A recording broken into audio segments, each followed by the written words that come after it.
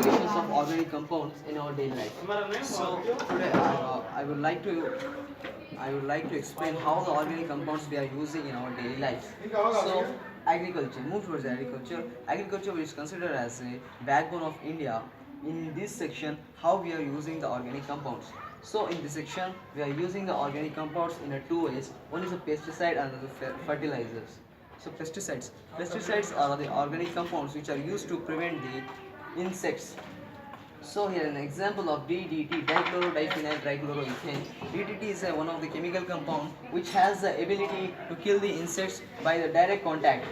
It is widely used as a household insecticide to prevent the mosquitoes, flies, bedbugs, etc. This is the formula of dichloro-diphenyl trichloroethane. So now we move towards the fertilizers.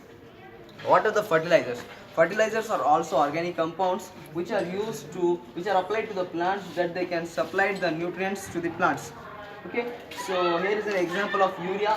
Urea is a highly nitrogenous content, about 46%. The plants cannot get the urea nitrogen from the atmosphere directly as they absorb the carbon dioxide from the atmosphere. Therefore, the plants absorb the nitrogen from the soil. Therefore, the farmers applies the urea to the soil in a sufficient quantity, and thus urea will get dissolved in the soil, and to thus urea the plants will absorb the nitrogen. The nitrogen initiates the vegetative growth. So now move towards the fuels. Fuels is an also a carbox organic compounds.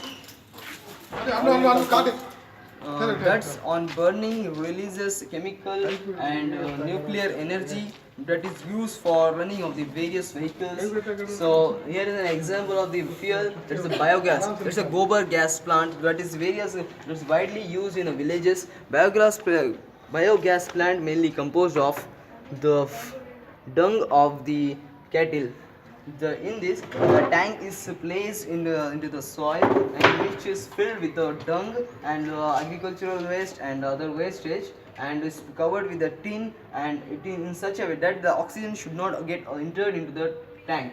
And the pipe connections are spread over the tanks. That's the methane gas releases out, and from these pipes it will get separated. It will get spread to the whole village. There's a beneficial point of this biogas plant is they get the gas in the free of cost, and their what is it called, we call as their wastage will also get reduced. So here we have one more application. This is wood. Now here a question arises: how the wood comes under the organic compound? So for your information, I will like to tell you that food mainly composed of the cellulose. The formula of cellulose is C6H10O5. Therefore, here is a carbon is present. Therefore, it comes under the organic compound. So now we have lots of applications of wood. We use this in a furniture and etc. Lots of purposes. So now move to the detergents. What are the detergents? Detergents are